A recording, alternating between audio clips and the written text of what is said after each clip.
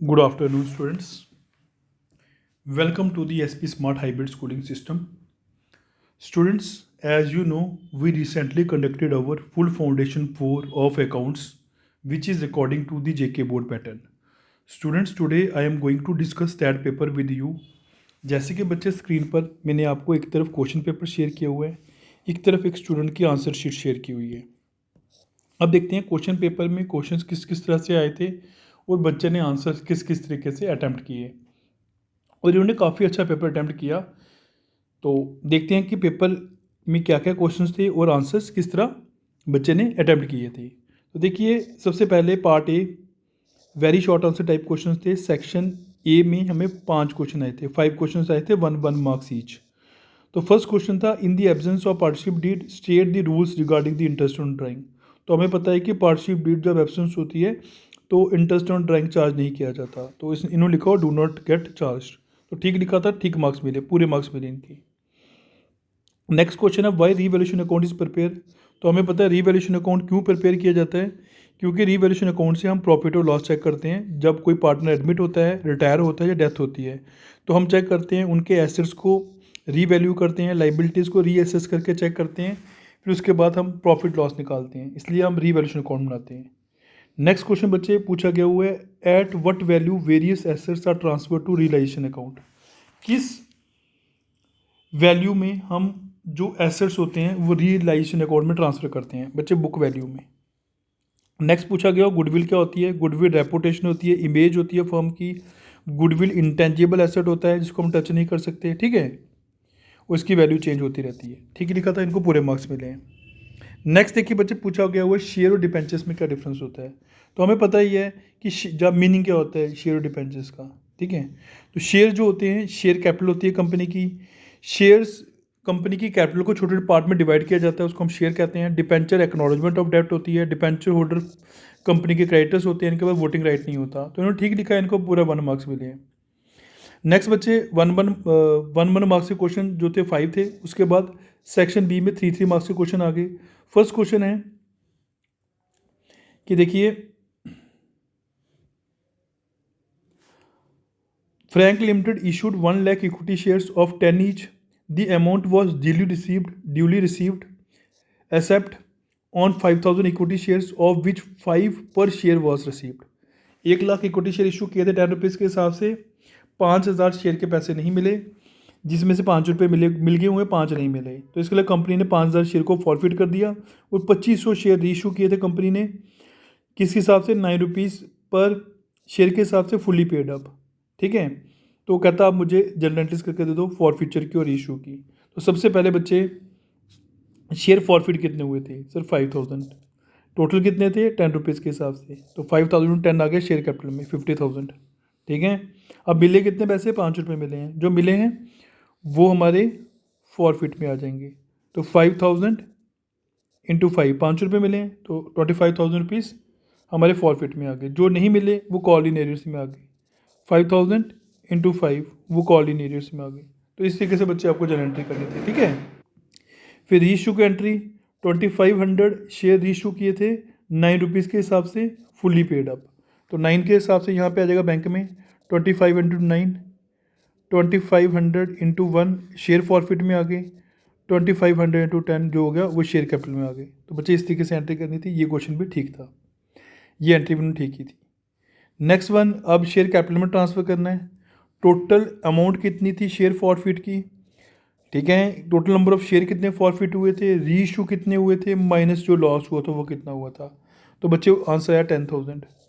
10,000 rupees हमारे capital reserve में transfer हो गई। तो ये क्वेश्चन ऐसे करना था, ये भी ठीक है, इनको पूरे मार्क्स मिले हैं। नेक्स्ट देखिए question number 7, a purchase machinery 90,000। The amount was paid by issue 12% debentures of 100 each at the discount of 10 each. Pass necessary journal entries. तो बच्चे पहले उन्होंने मशीन परचेज़ किया 90,000 की, तो पहले एंट्री परचेज़ की एंट्री करनी पड़ेगी, machinery account D to vendor account, ठीक है। ये कॉमन एंट्री करते हैं जो हम 90,000। अब इसके बदले में डिपेंचर इशू किए हैं, डिस्काउंट में इशू किए हैं। तो कितने डिपेंचर इशू किए होंगे, 90,000 अपॉन 90,000 अपॉन 90 क्यों आया, क्योंकि 100 माइनस 10, 10 रुपये डिस्काउंट थे। तो 1,000 डिपेंचर इशू किए हैं। तो एंट्री होगी vendor account D R, discount account D R to 12% debentures account. तो 1000 इंटू 100 बच्चे 1,00,000 रुपीज़ आ गया हमारा डिपेंचर्स में, ठीक है।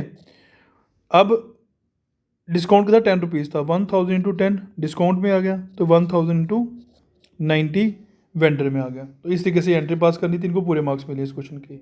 नेक्स्ट इन्होंने पूछा हुआ डिपेंचर रिडम्पशन रिजर्व क्या होता है। तो मैंने बताया था डिपेंचर रिडम्पशन रिजर्व जो होता है ये कंपनी क्रिएट करती है कि जब डिपेंचर रिडीम करने होते हैं कंपनी को, तो कंपनी को पैसा पे करना होता है, तो इस केस में कंपनी डिपेंचर रिडम्पशन रिजर्व बनाती है। तो ये ठीक लिखा है, इनको पूरे मार्क्स मिले हुए हैं। नेक्स्ट क्वेश्चन नंबर 8 जो था उसमें बोला गया हुआ है कि Raman company issued 5,000 debentures of 100 each payable to 40 on application, 50 on allotment and balance on final call. तो 10 रुपये फाइनल कॉल में आ गए, ठीक है। तो सारे पैसे सब्सक्राइब हुए, मनी रिसीव हो गई, जर्नल एंट्रीज पास करो। सिंपल जर्नल एंट्रियाँ पास करनी है, 2 एप्लीकेशन की, 2 अलॉटमेंट की और 2 फर्स्ट एंड फाइनल कॉल की। तो इन्होंने पूरी ठीक की थी, इनको पूरे मार्क्स मिल गए। नेक्स्ट क्वेश्चन नंबर 9, ये अब शॉर्ट आंसर्स आगे 4 मार्क्स के। लिखा हुआ है विजय संजय पार्टनर हैं, ओल्ड रेशो भी दी हुई है। अजय को एडमिट किया 1/4 शेयर में। अजय ने 30,000 कैपिटल लाई है और गुडविल भी लाए कैश में। गुडविल फर्म की 20,000 दी हुई है और न्यू रेशो भी दी हुई है मुझे। तो मुझे बोला विजय और संजय ने पैसा विड्रॉल भी कर दिया हुआ है। अब जर्नल एंट्रीज पास करो। सबसे पहले बच्चे मुझे सेक्रीफाइसिंग रेशो निकालनी पड़ेगी, old ratio minus new ratio. Vijay और संजय की सेक्रीफाइस रेशो आ गई 2:3, ठीक है बच्चे। गुडविल कितनी थी 20,000। रिटायर कौन हुआ है या एडमिट कौन हुआ है, एडमिट हुआ है अजय। तो अजय का शेयर निकालो। अजय ने कितना पैसे लाया गुडविल का, 5,000 रुपये लाए। तो 30,000 कैपिटल लाई है, 5,000 गुडविल का शेयर लाया हुआ है, ठीक है। तो एंट्री आ गई 35,000 cash account to capital 30,000 to premium for goodwill 5,000। अब प्रीमियम फॉर गुडविल ट्रांसफर कर दो पार्टनर्स को, ठीक है, 2:3 रेशो में जो हमने निकाली नीचे सेक्रीफाइस रेशो में, ठीक है। तो premium for goodwill account 5,000 to Vijay to Sanjay, ये ट्रांसफर कर दिया। अब विड्रॉल की एंट्री डाल दो, विजय संजय टू बैंक, क्योंकि विड्रॉल भी कर दिया इन्होंने। तो सेम अमाउंट की एंट्री हमने विड्रॉल की भी निकाल दी, क्योंकि सारा का सारा पैसा विड्रॉल कर दिया उन्होंने। तो वही 2:3 रेशो में हमने विड्रॉल की एंट्री डाल देनी। तो बच्चे ये क्वेश्चन इस तरह से आना था, ये भी इन्होंने ठीक किया, उनको पूरे मार्क्स मिले। नेक्स्ट देखिए बच्चे क्वेश्चन, XYZ पार्टनर हैं, हमें ओल्ड रेशो दी हुई है 4/9, 1/3 और 2/9। तो ये रेशो पूरी नहीं है, इसको कंप्लीट कर देते हैं 3/3, ये 3/9 आ गया, ठीक है। वाई रिटायर हो गया, and X and Z decided the future ratio 3:2, हमें फ्यूचर रेशो भी दी है 3:2। गुडविल हमें फर्म की 43,200 दी है।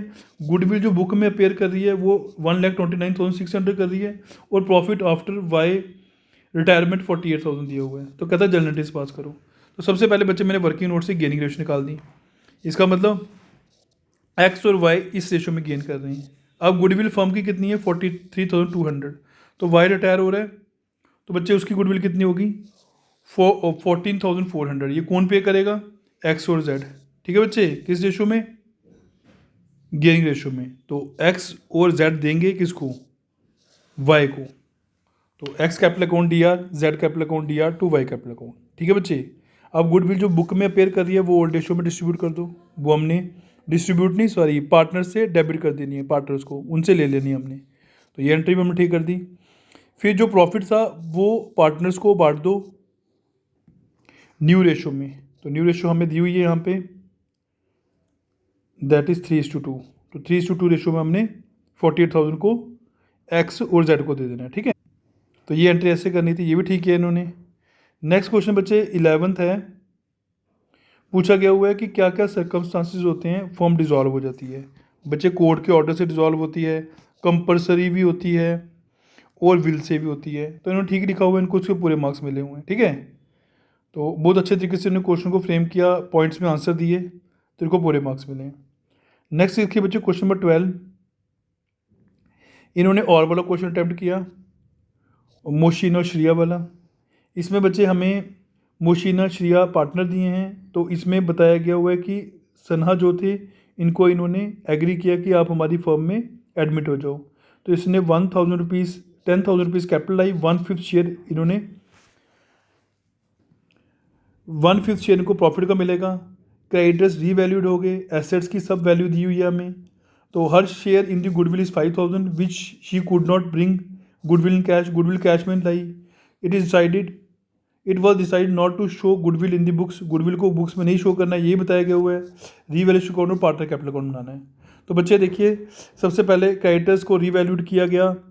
तो क्रेडिटर्स हमारी क्रेडिट साइड आए, ये डेबिट साइड है। मशीनरी हमारी 20,000 थी।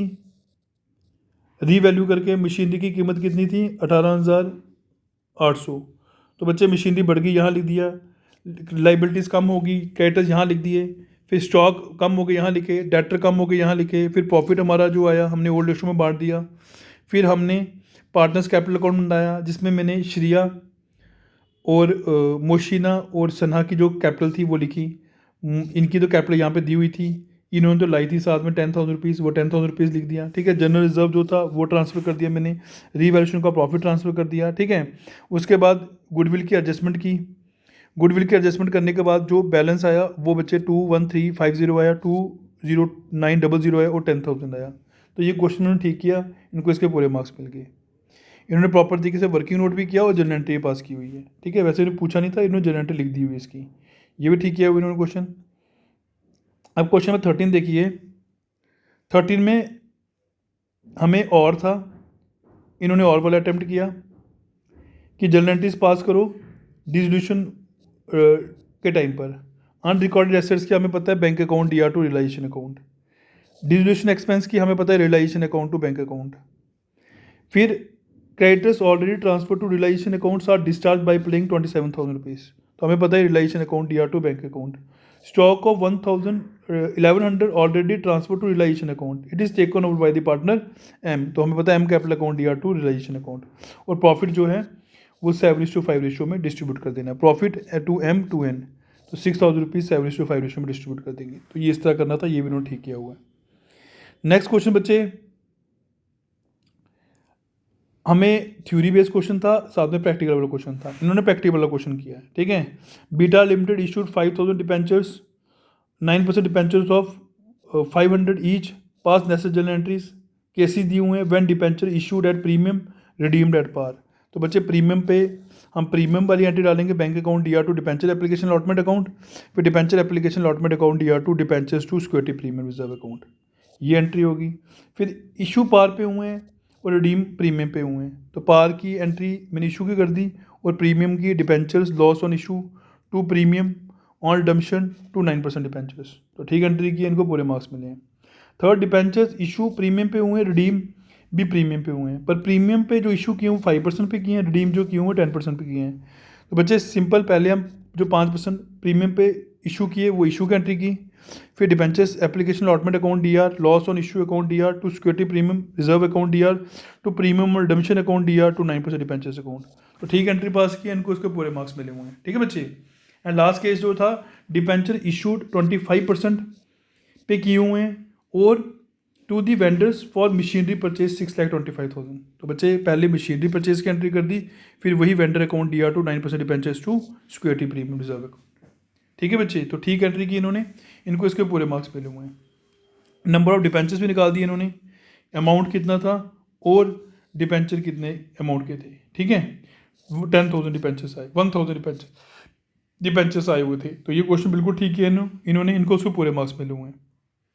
नेक्स्ट देखिए बच्चे, क्वेश्चन नंबर 15 में मुझे बताया गया हुआ है रेलसन इंडस्ट्री है, इशू 10,000 इक्विटी शेयर्स और 20 ईच। ठीक है। एप्लीकेशन भी दिया है, मुझे अलॉटमेंट का पैसा भी दिया हुआ है, फर्स्ट एंड फाइनल कॉल का भी दिया हुआ है, फर्स्ट कॉल का भी दिया हुआ है और सेकंड और फाइनल कॉल का भी दिया हुआ है। 12,000 एप्लीकेशन जो थी मिली थी, दो जो एप्लीकेशन रिसीव की वो 12,000 थी। ठीक है। 2,000 एप्लीकेशन रिजेक्ट कर दी गई हुई है। सिंपल एंट्रीज थी, 8 मार्क्स का क्वेश्चन था। पहली entry bank account DR to share application account, फिर बैंक की रिफंड की एंट्री डाल दी इन्होंने। ठीक है। क्योंकि 2,000 शेयर रिफंड हो गए थे। ठीक है। 2,000 इंटू 5, एप्लीकेशन 5 की थी, तो रिफंड की एंट्री डाली। बाकी सारी एंट्री इन्होंने 10,000 से की हुई है। तो ठीक एंट्रियाँ की इन्होंने, इनको उसके पूरे मार्क्स मिले हुए हैं। ईजी क्वेश्चन था, फुल मार्क्स मिल गए। नेक्स्ट देखिए बच्चे, क्वेश्चन नंबर 16।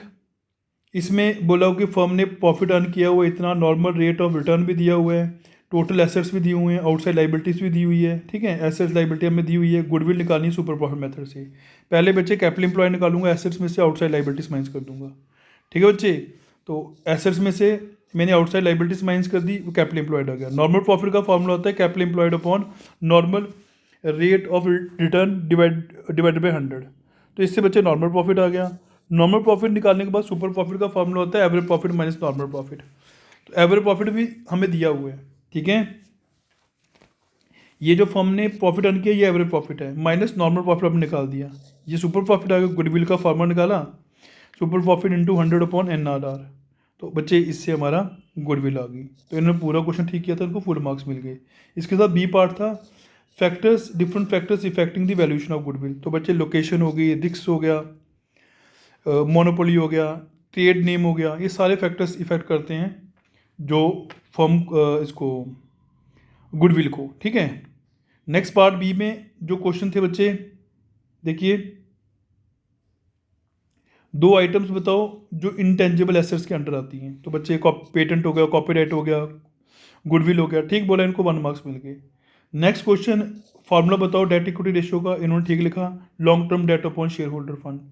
फिर पूछा गया हुआ इंटरेस्ट रिसीव्ड ऑन इन्वेस्टमेंट किस हेडिंग के अंडर आता है। तो इन्वेस्टिंग एक्टिविटी के अंडर आता है, तो ठीक है, इनको पूरे मार्क्स मिले हैं। फिर नेक्स्ट 20 क्वेश्चन 1 मार्क्स का है, क्विक रेशियो भी दी हुई है, क्विक एसेट्स भी दी हुए हैं, करंट लाइबिलिटी निकालनी है, ठीक है। तो बच्चे क्विक रेशियो दी है, इससे मेरा क्विक एसेट आ जाएंगे, ठीक है। अब बच्चे क्विक एसेट्स हमें गिवन है, इससे हम करंट लाइबिलिटीज निकाल देंगे। तो आसान क्वेश्चन था, 3 मार्क्स पूरे मिल गए। 21 क्वेश्चन में पूछा गया हुआ है हेडिंग सब हेडिंग बताओ इसकी, कैश इन बैंक कहाँ आता है, स्टॉक कहाँ आते हैं, लैंड बिल्डिंग कहाँ आती है। तो लिखा हुआ cash in hand current assets के अंदर आता है, स्टॉक जो होता है करंट एसेट्स के अंदर आता है, land and building non current assets के अंदर आते हैं, डेटर्स करंट एसेट्स के अंदर आते हैं, stores and spheres current assets के अंदर आते हैं, ब्रांड्स इंटेंजिबल एसेट्स के अंदर आते हैं। 4 मार्क्स का क्वेश्चन था, पूरे मार्क्स मिल गए इनको। नेक्स्ट देखिए बच्चे, डेट इक्विटी रेशियो निकालनी है, शेयर कैपिटल भी दी हुई है, statement of profit loss account भी दिया है, प्रीलिमिनरी एक्सपेंस भी दिए हुए हैं, प्रीलिमिनरी एक्सपेंस भी दिए हुए हैं, इसकी ज़रूरत ही नहीं हमें। डिपेंचर्स दिए हुए हैं, बैंक लोन दिए हुए हैं, तो बच्चे अकाउंट पेबल की ज़रूरत भी नहीं है। डिपेंचर्स और बैंक पेबल ऐड करेंगे तो ये मेरा बच्चे लॉन्ग टर्म डेट बन जाएगा, ठीक है। और शेयर कैपिटल और प्रॉफिट एंड लॉस को ऐड करेंगे, ये हमारी इक्विटी बन जाएगी। तो इससे इन्होंने आंसर ठीक निकाल दिए हुए, तो पूरे मार्क्स मिल गए। डेट इक्विटी रेशियो का फॉर्मूला होता है long term debt upon equity, तो इनको फुल मार्क्स मिले। नेक्स्ट क्वेश्चन, रेशियो एनालिसिस क्या होता है उसका मीनिंग बताओ। इन्होंने 4-5 लाइन्स में रेशियो एनालिसिस का मीनिंग बताया और डिफरेंट टाइप्स को रेशियो बता दी, इनको उसको पूरे मार्क्स मिले। नेक्स्ट बच्चे देखिए, क्वेश्चन पूछा हुआ है कैश फ्लो स्टेटमेंट का मीनिंग। तो कैश फ्लो स्टेटमेंट हमें पता ही होता है, statement which shows inflow and outflow of the cash and cash equivalent in operating, financing and investing activities. तो साथ में इसका फॉर्मेट पूछा गया हुआ है, इन्होंने फॉर्मेट को बड़े अच्छे तरीके से एक्सप्लेन किया। इसके ऑब्जेक्टिव्स भी पूछे गए होंगे बच्चे, तो इन्होंने 3 ऑब्जेक्टिव्स लिखे कि ये identify use of cash, cash कहाँ यूज़ करनी है, सोर्स ऑफ कैश के बारे में बताता है, ये causes of change in cash, ये सारा कैश के बारे में बताता है। तो इन्होंने 3 पॉइंट को एक्सप्लेन किए हुए हैं और बड़े अच्छे तरीके से फॉर्मेट बनाया हुआ है इन्होंने। ऑपरेटिंग एक्टिविटीज़ में क्या ऐड करना है, क्या लेस करना है, फिर इन्होंने इन्वेस्टिंग एक्टिविटीज़ में क्या ऐड करना है, क्या लेस करना है, फिर इन्होंने फाइनेंसिंग एक्टिविटीज़ में क्या ऐड करना है, क्या लेस करना है, वो लिखा। फिर कैश फ्लो या यूज इन फाइनेंशियल एक्टिविटीज़, फिर ऑल एक्टिविटीज़ बताई किस तरह हमने प्लस करना है, फिर ऐड क्या करना होता है, फिर आंसर किस तरह आता है। तो प्रॉपर तरीके से उन्होंने फॉर्मेट को बना के बताया हुआ है। तो बच्चे ये पेपर बड़ा ईजी था और अटेम्पटेशन भी बच्चे ने बड़ी अच्छी तरीके से की और क्वेश्चन पेपर में कोई भी गलती नहीं की है। तो आई होप आपको आज का पेपर समझ आया होगा। Thank you students.